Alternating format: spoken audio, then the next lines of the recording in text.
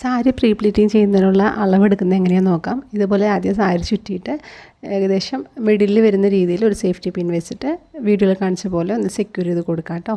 അതിനുശേഷം മുന്താണിയുടെ പ്ലീറ്റ്സ് ഷോൾഡറിൽ ഇട്ട് കൊടുക്കുക. മുന്താണിക്ക് എത്ര വേണോ ലെങ്ത്ത് അത്രയും നമ്മൾ ഷോൾഡറിലോട്ട് ഇട്ട് കൊടുക്കേണ്ടതായിട്ട് വരും കേട്ടോ. അപ്പോൾ എത്ര നീളം കൂടുതൽ വേണമെങ്കിൽ അതനുസരിച്ചിട്ട് ഇടുക. എത്ര വേണമെന്ന് വെച്ചാൽ അത്രയും ഷോൾഡർ ഇട്ട് കൊടുത്തിട്ട് ഈ ലെഫ്റ്റ് വരുന്ന ഒരു ഭാഗം ഉണ്ടല്ലോ, നമ്മൾ ഫ്രണ്ടിലോട്ട് പിൻ ചെയ്യുന്ന ഭാഗം, അത് റൈറ്റ് ഭാഗത്ത് മുട്ടിൻ്റെ ഭാഗത്തോട്ട് വരുന്ന രീതിയിൽ ഏകദേശം കോണായിട്ട് പിടിച്ചിട്ട് അത്രയും ഭാഗം ഒന്ന് മാർക്ക് ചെയ്തിട്ട് ഒരു സേഫ്റ്റി പിൻ വെച്ചിട്ട് സെക്യൂർ ചെയ്ത് കൊടുക്കാം.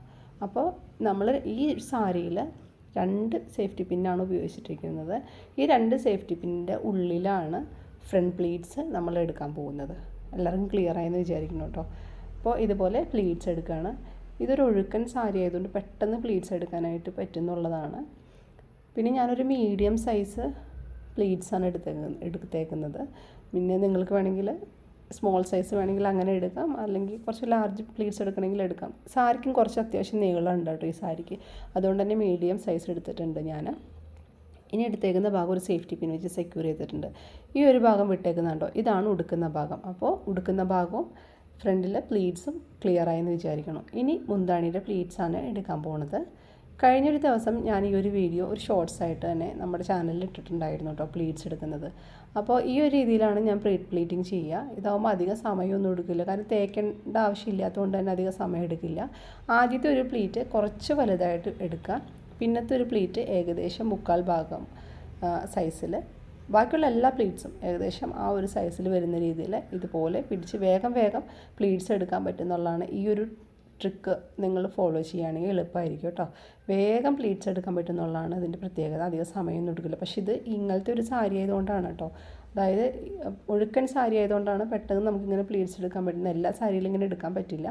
ലാസ്റ്റത്തെ ഒരു പ്ലീറ്റ് വരുന്നത് കുറച്ച് ചെറുതായിരിക്കും. ഇനി എടുത്തേക്കുന്ന ഭാഗം ഒരു സേഫ്റ്റി പിൻ വെച്ചിട്ട് സെക്യൂർ ചെയ്ത് കൊടുക്കാം.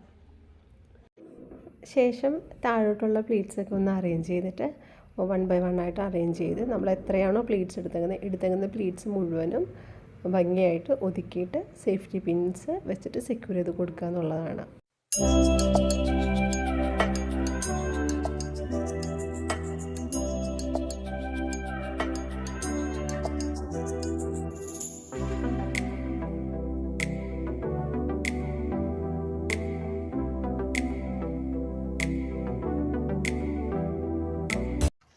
സാരിയുടെ പ്രീ പ്ലീറ്റിങ് കഴിഞ്ഞു. അപ്പോൾ ഇതെങ്ങനെയാണെന്ന് കാണിച്ചു തരാം കേട്ടോ.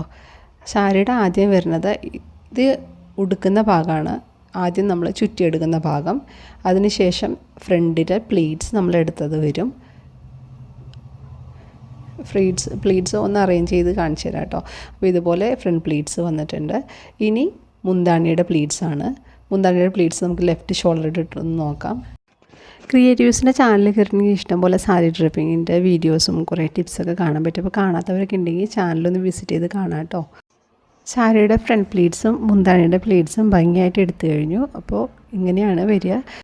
വീഡിയോ ഇഷ്ടമെങ്കിൽ ലൈക്ക് ചെയ്യുക, ഷെയർ ചെയ്യുക. നമുക്ക് അടുത്ത വീഡിയോയിൽ കാണാം. അതുവരെ ടേക്ക് കെയർ, ബൈ ബൈ.